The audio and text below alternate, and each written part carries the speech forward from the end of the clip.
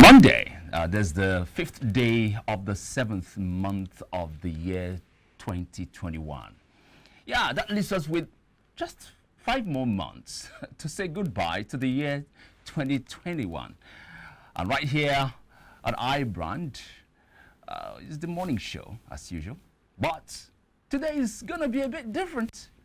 By the way, my name is Michael Nath. It's going to be a bit different in the sense that it's not going to be the usual male-female thing. It's going to be all male affair this morning because for one reason or the other, the ladies decided they're not going to be here. They are not here for today. All male affair. But nevertheless, it's not going to be any less exciting as when we had the ladies around. I have with me here this morning. Good morning, Michael. The way you're so excited that it's a gentleman's affair this morning. Oh, sure, definitely it's going to be a bumper show this morning. Like you would love to be having more gentlemen affair in the studio. All right. Good morning, my name is Jidechi. Welcome to iBrand Daybreak this morning. Lots of exciting things on the show for you today, Michael. Yeah. Please roll out the stuff we have. We'll be having the news updates coming up very shortly. And of course, following that one would be the newspaper review. After that, we would have the main discourse for the day. And there would be talk of sports, what's going on in the world of sports right now. And we'll round off the show talking about things that have been buzzing on social media. Don't go anywhere. It's going to be an exciting show this morning. Michael? Yeah. Okay, now let's move on to the newspaper, the news updates, what's going on, what's been going on in the country. And I'll start off with the one that concerns the President of the United States of America. Yes, President Muhammadu Buhari. He congratulated President Joe Biden's government and the people of the United States of America on the occasion of the 245th Independence Day and the annual celebration of the country's nationhood. In a statement issued by a spokesman, Garba Shehu, Buhari noted how the Biden-led administration had been working earnestly to overcome some of the country's challenges, which has inflicted on the country on a quarter of the global fatalities. All right. Now, Nigeria's 7 southern governors are set to meet in Lagos 2 months after their decision-making meeting in Asaba Delta State. They will be reviewing the state of the nation as it affects 3 geopolitical zones in the south. The main objective of the meeting, expected to take place today, is to articulate their collective interests and restate their commitment to a united Nigeria. And now moving on, about 11 people were reported dead on Sunday with several others injured when a loaded gas tanker lost control and rammed into traders and passers-by around Bode Market in Molete in Ibadan. Now reports say the tanker lost control before swerving into the market. It ran over traders, killing some instantly and injuring others. Security operatives and the men of the Oyo State Fire Service were able to prevent further fire explosion from the gas tankers. Quite a sad one right there. Yeah, sad indeed. Away from Nigeria, South Africa right now, South Africa's ex-president Jacob Zuma has lashed out at the judges who gave him a 15-month jail term for absconding from a corruption inquiry, comparing them to the white minority apartheid rulers he once fought. Zuma spoke at his home in Nkandla, a rural part of KwaZulu-Natal province, where hundreds of his supporters, some of them armed, were gathered to prevent his arrest. The Constitutional Court sentenced Zuma on Tuesday for contempt of court for failing to appear at a hearing in February of the inquiry led by Deputy Chief Justice Raymond Zondo. On Saturday, it agreed to hear his challenge to the jail term, suspending it until after a hearing on July the 12th. And moving on to the foreign scene, all 96 passengers of the Philippines Air Force plane that crashed on Sunday, killing 47 people, have been accounted for. Military Chief Chiritolito Sobejana on Monday said 49 military personnel were injured in the crash. Sobejana told Reuters the Department of National Defense also said on Sunday 3 civilians on the ground were also killed and 4 civilians were injured. The Lockheed C-130 transport aircraft carrying troops bound for counter-insurgency operations overshot the runway after it touched down at Jolo Airport in the southern part of the country. Now, Defense Secretary Delphine Lorenzana said he had ordered an investigation of the incident, which would begin after rescue and recovery operations had been completed. And that rounds up what we got for you this morning on News Update. At the juncture, we're going to take a break and come back with the newspaper's review. Stay with us.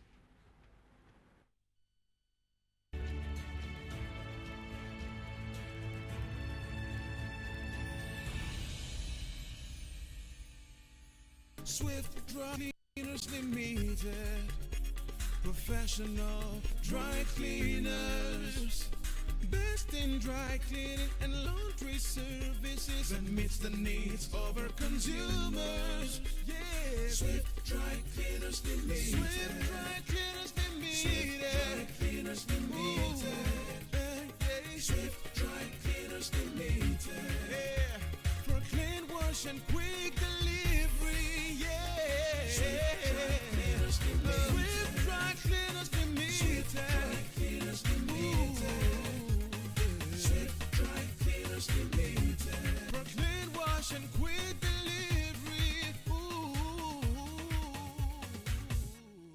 Swift Dry Cleaners. Clean wash, quick.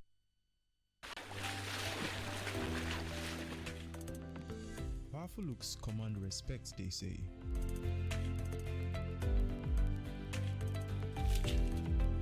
The perfect body, the perfect grooming, and ultimately the perfect skin. Looks, style, and grooming makes the ultimate man.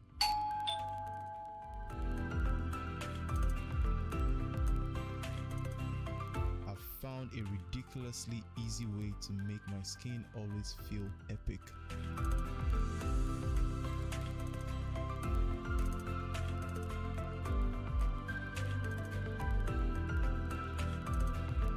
My name is Neo. I found Blemiviv, and now my skin finally makes sense.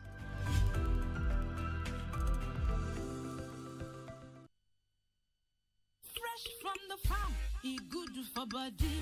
No chemical at all. This na real banga. No more wahala or pandy wash. Just put on for fire and your food is done ready. Everybody follow me, chop banga, hey banga, oh.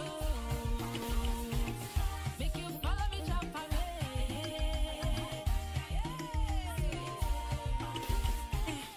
banga cook don easy. Banga na palm fruit wey dem comot, put am inside can. You fit use banga cook any kind soup wey you like, and other food dem like rice, beans, and even yam. Na Pali Agro Product Limited dem dey manufacture am. For distribution, make you call 070 666 38213.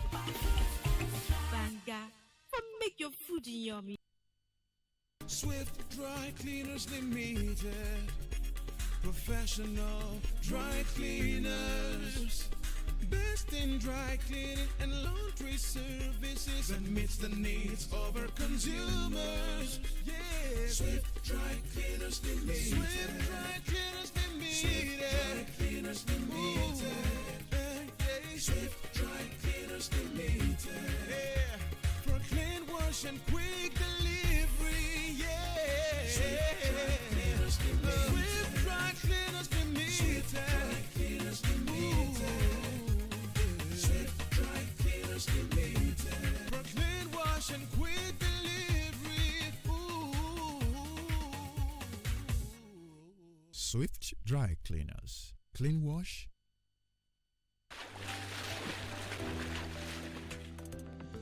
Powerful looks command respect, they say.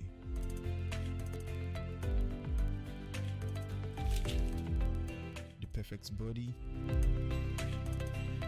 the perfect grooming, and ultimately the perfect skin. Looks, style, and grooming makes the ultimate man.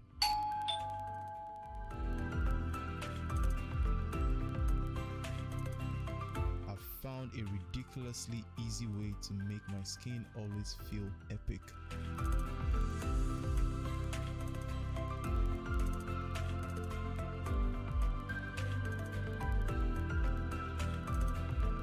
My name is Neo. I found Blemiviv, and now my skin finally makes sense.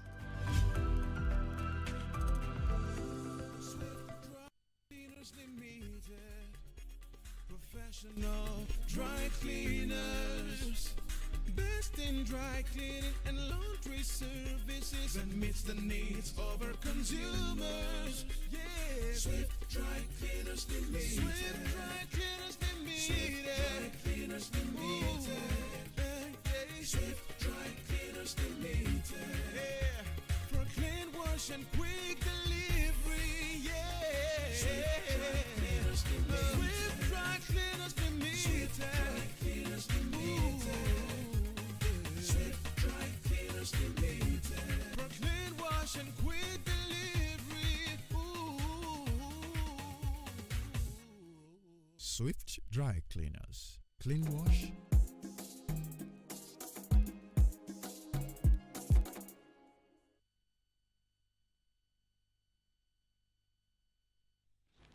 All right, you're welcome back, and it's about time we brought you the headlines in some of today's Nigeria dailies, and we have right here in the studio a public affairs analyst, the person of Laide Akanwo. Good morning. And welcome to the show. Good morning, Jidechi. Good morning, Michael. Welcome to the Hope show. you had a great weekend each. I did. I don't know about you. I had a splendid weekend, I can assure you. So let's believe all of us had a very, very interesting and We're all on the same page. fun-packed weekend. All right, let's raise the curtain with this headline coming from the Vanguard. Attack on Soka home. Sunday Igboho sues DSS. Demands 500 million naira damages. Then, bandits, Boko Haram, not same as Kanu, IPOB. Can regional groups take Kaduna's governor El Rufai to task? With right there. Okay, there's another headline story there. Tanker crushes 10 to death in Ibadan. Ahead of TB Joshua's burial, Lagos government inspect facilities as cone. And let's move up. PIB, 3% host community equity stake coup against Niger Delta. Urobo Ndowa, Isoko youths. Now, 2023 electoral amendment bill won't fly without electronic transfer of results. PDP reps vow. Human trafficking rising in Edo Delta, Kano. That's U.S. report. We also have power generation drops sharply to 2,483.2 megawatts.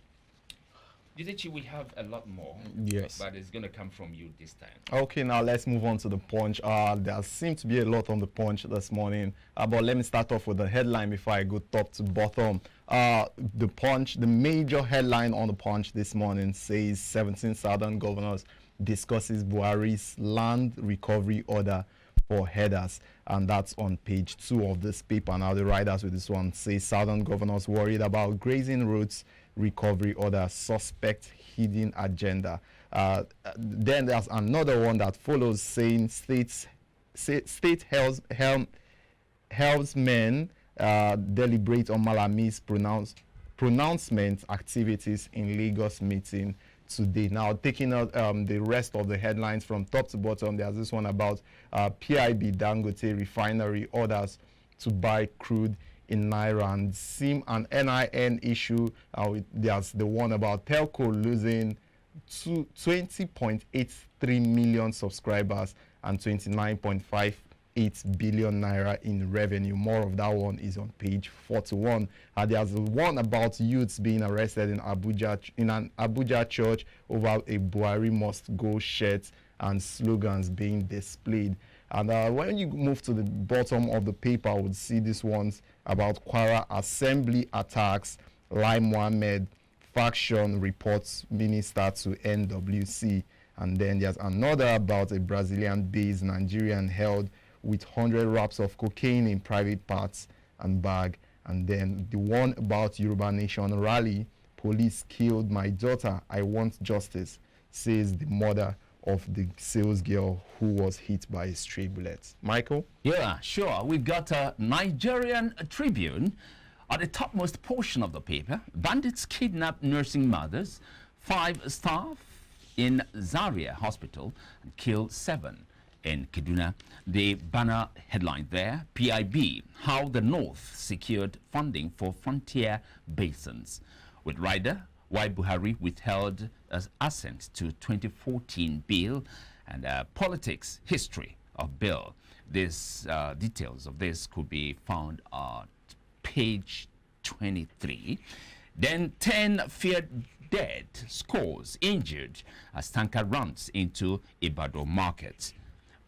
My daughter got a sales girl's job 2 months ago, says mother of victim. NDLEA arrests mother of 3 with 100 wraps of cocaine in her private parts. Okay. On the Daily Sun this morning, the major headline is about secession agitation, and it's shifting to the south. The riders with this one says Ijaw leaders seek UK support to leave Nigeria. Table request before British High Commissioner. You can go, says Northern Group. Afenifere Ohaneze, MDF, we want a restructured Nigeria. Kaigama is saying Nigerians losing hope, faith in the country. There's this one also on page 8 about Kali Air and saying they will revolutionize the aviation sector. This one is coming from Ebereta. And at the top of the paper, we'll see the story yet again about the 5 people that were killed as the tanker crashed into a market in Oyo. When you move on to page 5 of the paper, there's a story about NDLEA arresting the mother of 3 with 12 wraps of cocaine hidden in her private part. And then another major headline on this one is about bandits who kidnap nursing mothers and babies in Zaria. More of this one is on page 8 of the paper. And at the base of the paper, we'll see the one about Nnamdi Kanu saying IPOB to drag the federal government to the ICC. Or the writer of this one says directs members to boycott Kenyan goods and airline. And Masob and BIM alleged torture of detained member by police over sticker at the base of the paper. More of this on page 26 is about 2023 presidency and Bello getting more endorsements. That's all on this one. Okay. Yeah, sure. We've got a lot of questions there. Lots and lots of questions. Pick any. Let's talk about the southern governors, the 17 southern governors who are meeting today to discuss Buhari's land recovery order for headers. What's your thought as regards this one? Well, it's a good move by the governors, and it's something that should have started long ago. You know, up until recently, what we usually have was maybe Southwest governors going their own way, Southeast governors going their own way, and South governors going their own way. Whereas you have from Kwara, Kogi, which are even, you know, doubtable as northern state. To me, you get my point. But you have 90 of them coming under the aegis of northern governors. You know, so southern governors now coming, because when you say North and South Nigeria, that definition does not say anything about ethnicity. It's only talking about geographical location, where you are located geographically in Nigeria. I mean, your state or your town or your city or whatever. So if you say 17 southern governors, there's nothing that will affect Lagos in a way that won't affect Port Harcourt. You get my point? So these governors should have come together long ago. If they have done that, you know, I think they would have been a very strong force. However, better late than never.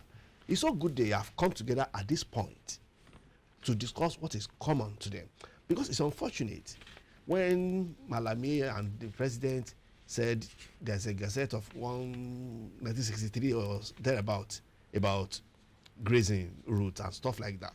Now, I've even read a report some time ago, and this was a report, you know, which was even something I've forgotten that time, but long before this current dispensation, in Katsina State, some interest group were, afraid of desertification, and they researched into what was causing desertification, even in Katsina State, and they found out that open grazing was part of the problem. That if cattle breeders could have ranch, that was even almost 30 years report. So what are we talking about in 2021? That we are now retracing grazing routes or whatever. Now, this is an age where countries are talking about drone, countries are talking about artificial intelligence. So we are now going back to 1963. The governors should put down their foot. Cattle breeding is business, and the modern technology now, it's just like telling me that maybe somebody cannot operate a computer, then the entire office or the entire workforce should go back to the days of typewriter, maybe the manual typewriter. Do you get my point? That's the analogy to me. So is that you move up, learn how to use the computer, or rather you fizzle out of the system. So if we are serious as a country today, we are very serious about as a country, what we should embrace is ranching. I think I've talked about it on one occasion somewhere. There has been Obutukadu ranches in many parts of the country before. So what made those one, go under? So we should go back to ranching. That's the modern practice. Even as much as this cattle and cow and everything give us a problem in this country, if you look at the top 10 countries that produce milk or that produce beef and export, because if you have to look at anything that should be such an issue, is it very heavy on the economic scale for Nigeria? No. When you talk of countries like Argentina and all such countries, Netherlands, that feed the world with milk and beef, Nigeria does not come near them, and they don't have all these issues. They don't have land area as big as Nigeria, particularly Netherlands. Argentina is fairly big, but there you see them do ranching. They don't do open grazing. They don't. So why should we say now that you should hold another part of the country down if one part doesn't want to move up? So they should rather come up. It's just like a football team. If your fullback is not good, remove him, or rather your goalkeeper, change the person. You get my point? Someone better than him. And put in something better than him. So instead of now saying that somebody who plays in the attack should come back again to cover for the poor defender. Okay, now, Makes no sense at So all. thank you so much, Laide. I can see you still have a lot more to talk about. Never mind. Very shortly, we're going to come back to you to get more of your thoughts. And that's going to take us right away to the main topic for discussion this morning. In spite of threats and heavy presence of men of the Nigeria Police, Army, Nigeria Security and Civil Defense Corps, NSCDC, and other security agencies in Lagos on Saturday, agitators for the Yoruba nation made good their promise to hold a rally to press home their demands. The police, however, sprayed water cannon and fired tear gas on the protesters to disperse them. This was some of the protesters were arrested and kept in waiting for Black Maria till they were moved to the command headquarters. Meanwhile, a 14-year-old girl named Jumoke was allegedly killed by a stray bullet while preparing for the day. Quite a sad one there. Laida, back to you right away. What is wrong with staging a peaceful protest? Why that intervention by the security agencies? Well, two-way. It's not wrong to hold a protest. It's not wrong to express your displeasure or whatever grievance you have by way of carrying placards, moving around and stuff like that. However, when you have quite a large crowd on the road, we are not all strangers in this country. We know what it is. There is the possibility of hoodlums, teaming up with genuine and honest protesters. And the hoodlums, what would they do? They could start looting people's shops. They could start raping innocent women. They could start pilfering. They could start, snatching people's phones and stuff like that. So, because there's a likelihood, when you say you want to protest about something, if you have a right to protest against something, another person has a right to stand for what you are standing against. Do you agree on that? That's right. That's right. Now, but do people have enough maturity to let each side be? You get my point? So if there's a side saying we want Yoruba nation, you never know whether another group of people could come up later, same day, saying we want one Nigeria. So in a situation like that, there could be a breakdown of law and order, and people could throw caution into the wind. Why not wait until it happens? Exactly what I was going to say. It's like, this is preemptive though, but then that's how security agents think. Because let's take it back to recent times in the days of NSAS protest. I think that protest went for almost 1 month, if not more. On a daily basis, you see young people, go on the road saying NSAS. TV gave them coverage, papers reported it, and I think on 2 occasions they went before the government secretariat in Lagos. I know of Lagos very well. The governor addressed them, so everything was going. Everybody just took it well. Youth wanted an end to SARS, and even on TV programs like this, on radio programs, you see people talking about it. Up till the time things went out of hand and they started destroying property and stuff like that.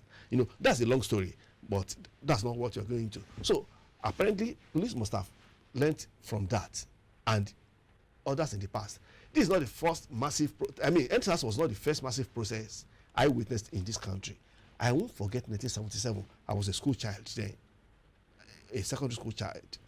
That was the first experience I had of anything like that during the Ali Must Go protest, which was very famous. It was nationwide. Obasanjo was military head of state then, and Colonel Amadu Ali, I won't forget his name, was Federal Commissioner for Education. So there was that mass protest for almost 3 weeks on a daily basis, But now coming to this one at Ojota, the police had, as a matter of duty, they were supposed to be on the road, as a matter of duty, to protect innocent citizens. Because our people, some people will want to force you to join a protest maybe you don't believe in, or rather maybe you don't have time for that protest. Some people could go out of hand, attacking people in their shops that, hey, we are fighting your cause, come and join us. Because I remember during the NSAS protest, this is something I saw that happened somewhere close to my street. Somebody was taking a pregnant woman to the hospital, a woman in labor.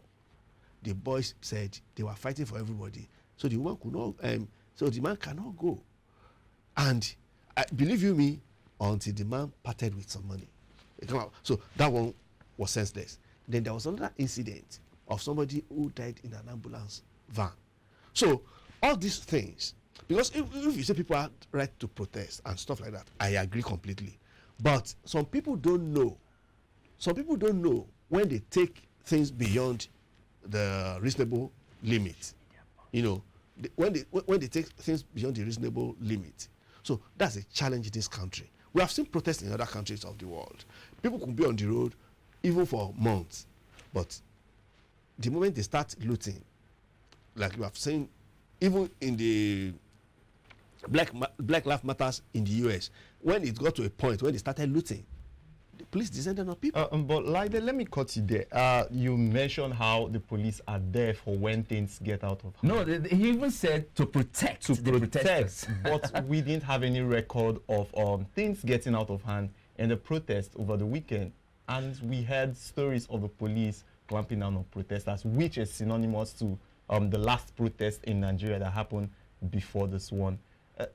From your point of view, it looks like the police are not exactly doing what they are meant to be doing.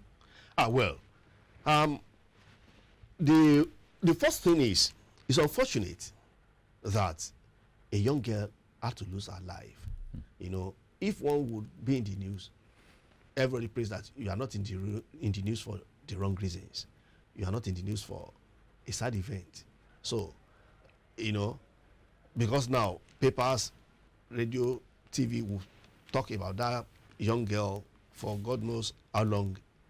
And each time the family of that girl hears the story, it will be a sad day for them. And that date, that July 3rd, I think July 3rd that July 3rd every year will be a sad reminder for the family. So at this point, I would say may God, repose the soul of the young girl and grant the family the fortitude to bear the loss. So police missed the point there. Even if you would disperse protesters, if we are saying that we have to adopt world's best practices, police in such a situation had no reason to go with live bullets. Had no reason. Although the police has denied, because they kept saying that they didn't fire any live bullets. What else do you expect we them are to seeing say? pictures. No, what I'm saying is this. They have denied. So if we can accuse them, just like any accuse, they will say you are not guilty until you are proven guilty. So they are trying to establish their innocence, that they didn't fire any live bullet. That's what they said. But has anybody carried out autopsy on that girl? So that if an autopsy is carried out, I wouldn't know whether the girl has been buried or not. But I think even government should it should be the responsibility of the government. If it was a bullet that killed that girl, that the autopsy can identify the kind of bullet. So if it's the kind of bullet that Nigeria police has, that means it's the police. Okay. Because no agitator on that day was caught with a gun or anything. So if anybody had a gun that day, it was and the that police. means no justification whatsoever to support what is it now? Police action, the action of the security agents. The angle I'm even coming from is the fact that protesters were clamped down.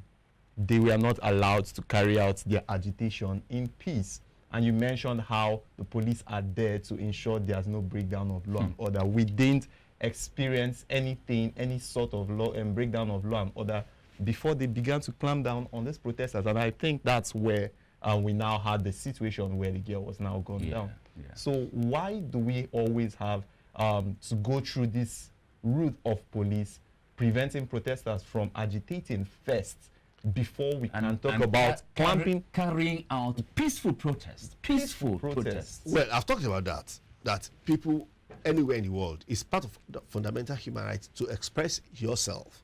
If anything, does not go the way you think it should go, because even if the majority will have their way, the minorities should have their say. So I've said that police had no reason to disperse them, because they won't be there 24 hours. You get my point? By the time they started losing daytime, everybody would have gone home anyway. Maybe they could have assembled the following day, but even the protesters said they were only doing it on July 3rd. Police, like I said, had the right to be there, because there are people, more especially in a place like Ojota, like I've explained earlier, that genuine protesters meant well. But hoodlums, and don't let us pretend as if we don't have them in our society. We have them. We have traffic robbers who will be waiting to use the opportunity. So I have no idea. Maybe police, all these hoodlums and miscreants, and many of them, maybe facially they are known to the policemen. So perhaps the policemen, I said, maybe they have spotted these hoodlums, these miscreants mingling with the genuine protesters, and they were afraid there could be a breakdown. So maybe that was why they took that action. But the action that was wrong, which they took, was firing live bullets, if they did. Even though they have been saying, they did not. And I was not there. I was not at the ground of protest. So, and I've seen several videos. I even saw a video posted live from the place, even when the protest was going on, of the commissioner of police addressing people, telling them what to do and what not to do.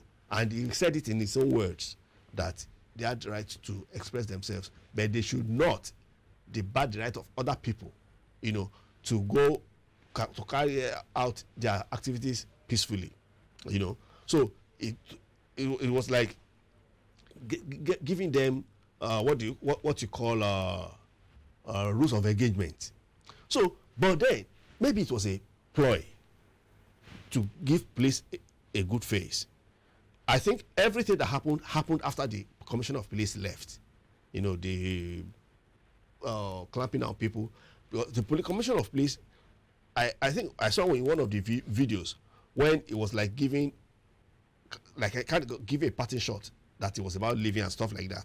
So perhaps it was a ploy to give the police a good face, so that they were always referred to that even the commissioner addressed the protesters and they said nothing like that should happen. Nothing like that should happen. But then maybe he gave a signal to his boys that the moment I leave here, descend on them. I wouldn't know. So it could be anything. You get my point? Okay, now talking about justice for this victim, for the families of this victim. The mother said the girl, the victim, got an engagement, an employment, say sales girl or something, a couple of months back, and she was just there preparing for this, and this happened. Now she's crying for justice. What's the likelihood she's going to get this? In fact, I'm not even going to talk only about that girl. I'm going to talk about people, all the children in that age range up to the age of 18. You know, it's a national failure on the part of Nigeria if a girl of 14 years of age had to start fending for herself. You got my point? Because in the first place, a girl of 14 should be in school. You get my point? A girl of 14 should be in school. So it's a failure on the part of Nigeria as a nation that a 14-year-old girl, I can understand maybe if she was assisting the mother in the shop, but from the account we read in the papers and heard in the got it from the media, the girl was engaged as a sales girl. It's a national disgrace. You get my point? For a girl at that age, I don't expect anybody at that age, because even International Labour Organization, you know, campaigns against it. It's child labor to start with. So before we get to the point of talking about the girl falling victim, which is highly unfortunate, the first thing that is wrong in everything surrounding the girl was that at that age she should be provided for 100% by the country, you know, which means if she had to get a job because maybe she needed money for her education, the nation failed her, because at that age she should be in school with public education provided for her free. Even that's what UNESCO says. You know, every child, because at 14 she would not be out of school. You get my point? So at 14 she should be in school by UNESCO standard, by United Nations standard. So Nigeria failed that girl. You know, if at 14 a girl had to start looking. But we're talking about life. Now that's what I'm saying. That so first of all, Nigeria failed her in that respect. Now falling victim, that's another thing. You know, I have to dwell on that one first because there are many 14-year-olds, maybe in such situations, many 15-year-olds, even many 10-year-olds. So this one should open our eyes to one key area. We as a country have failed the children of this country. You get my point? Because let's say even the girl didn't die. At 14, she was being exposed to abuse, you know, of all sorts. At 14, to say that she went to work as a house girl. What if somebody started taking advantage of her to sleep with her or something? You know, maybe by seducing or maybe by force. You get my point? So are the parents or the family? No, I'm talking about Nigeria as a nation now, having failed that girl in particular, and the children that age, whether boys or girl. Now, the reason I'm saying that we've just got less than one more minute. Now, coming to the angle of justice now. Okay, beautiful. Coming to the angle of justice, I think the first thing the parents of that girl deserve is the police highest command That's the IG himself apologizing to the family, then send a delegation. Because even if they give them $10 billion, it couldn't bring back the girl. But then the police should apologize and commiserate publicly with the family, send a delegation to them. You got my point. Even if it wasn't a stray bullet from the police, that one is expected to douse tension, because you never know how that one would have affected the psyche of other children that age. And in another 10 years, children of 14 will be 24. And somebody could just wake up one day that if a stray bullet has hit him or her too at 14, it wouldn't be 24. And he could now just take up arm against the police, maybe doing silent killing of policemen anywhere. You get my point? Yeah. It may not. So to make sure that something like that doesn't happen, the police and the government, because whether it was from the protest situation or not, the girl was a Nigerian, the girl was a human being, and the girl had many plans, many dreams. Dying young was not one of them. And therefore deserve justice. So they deserve The right sympathy thing to be done. and justice. Thank you very much. That rounds it off so beautifully. Thank you very much, Laide. Laide, it's You're welcome. nice having you. Oh, sure. All right, at this juncture, we're going to take a break. When we come back, Judici, you're very much here. Definitely. You're going to reel out whatever you have for us in sports. Lots and lots of things to talk about from the world of sports. That's when we come back.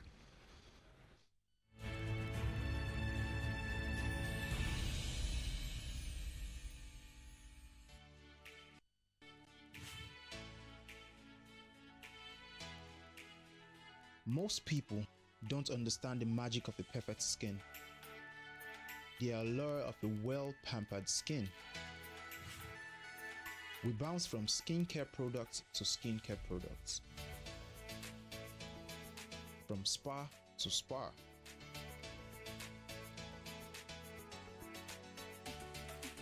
Looking for that ideal solution.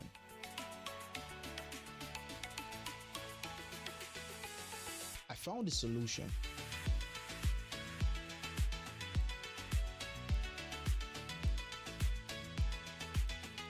And it's Blemiville Skincare and Spa. My name is Neil, and I'm proud to be a part of the Blemiville family.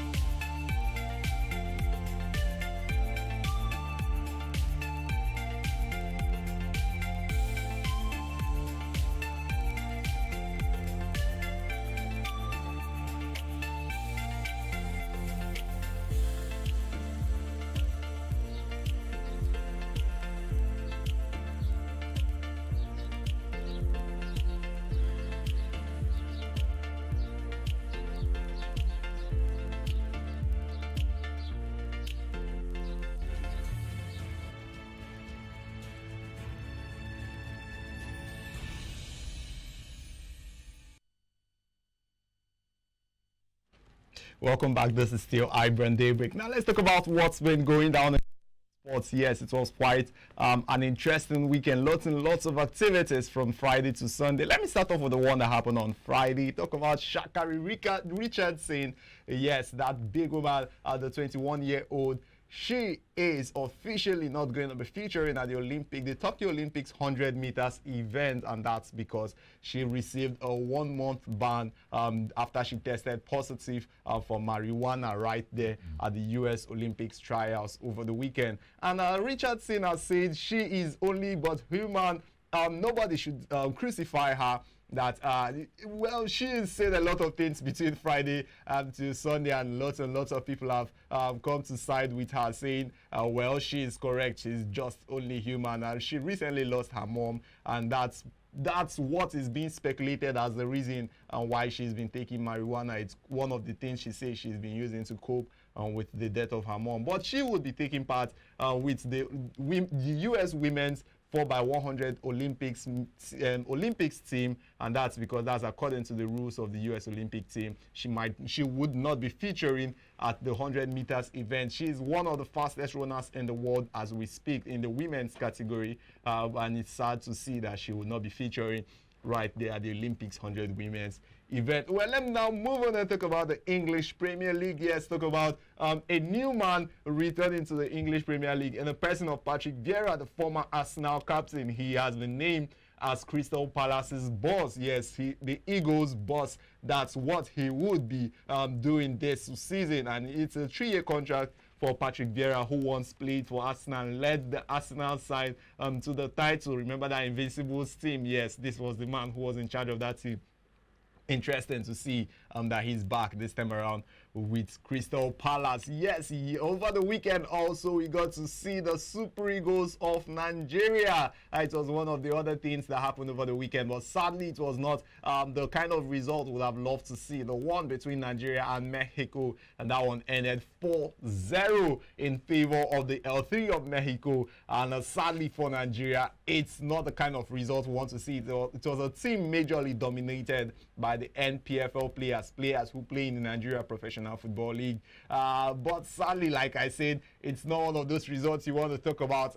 This is the 8th time the Super Eagles have failed to win a friendly game since that 2019 victory over Egypt, that 1-0 victory in Asaba over Egypt. And since then, up till now, 8 games on the bounce without a win. Once you talk about friendly games, it's at this point you get to ask, should we still be playing friendly games? And well, I think friendly games are part of football. You just cannot write them away from one of the things you would be participating in. I will only hope at this point that the Super Eagles can get their acts back together and get us the wins that we deserve. Now let me round off with the Euros and Copa America. Yes, they both went down over the weekend too, and they are down to the semi-finals of that one. In South America, we have Brazil, Argentina, Colombia, and Peru. Brazil will be taking on Peru, while Argentina will be taking on Colombia. While in Europe, that one is also down to the semi-final stages of that one. England and Denmark will be taking on themselves, and then Italy and Spain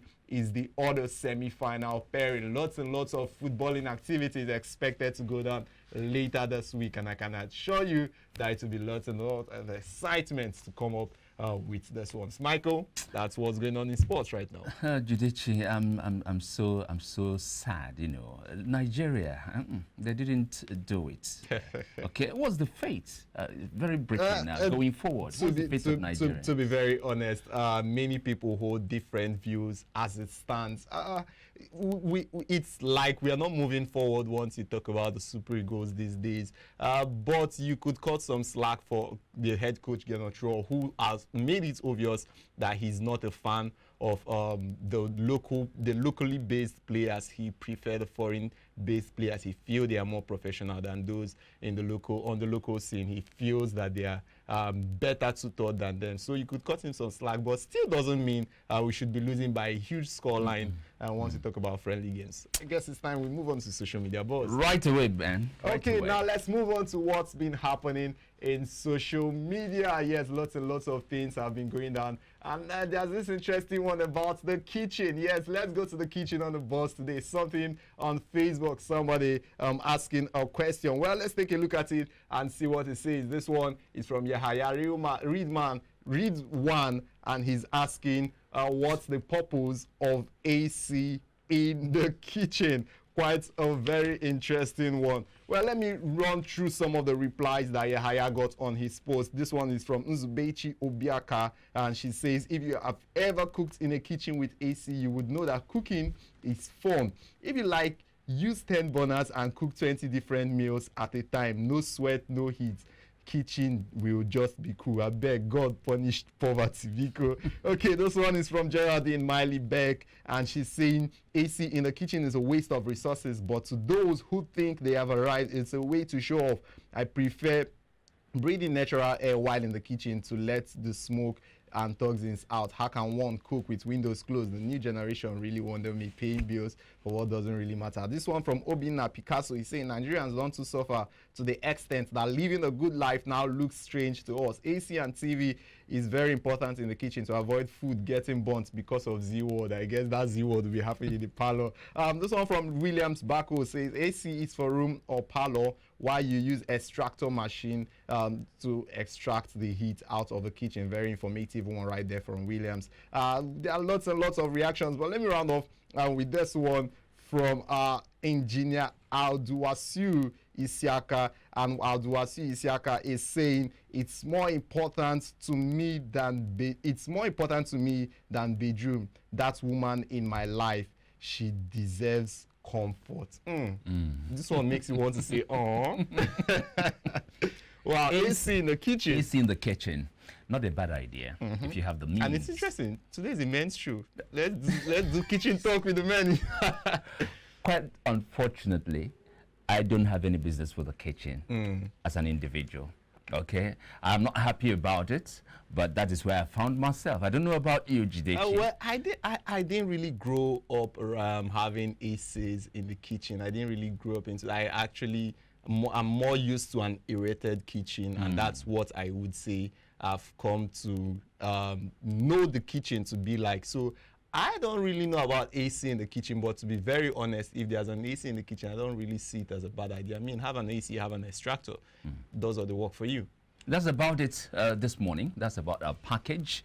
Jidechi? Yeah, lots and lots of interesting segments on the show today, but we just cannot go away without having the quote of the day. Yeah. Yes, let me leave you with this one, and it's from May West. May West is saying, you only live once, but if you do it once, if you must do it right once is enough. Yes, that's from May West. You say you only live once, but if you do it right once is enough. Strong words by the man right there.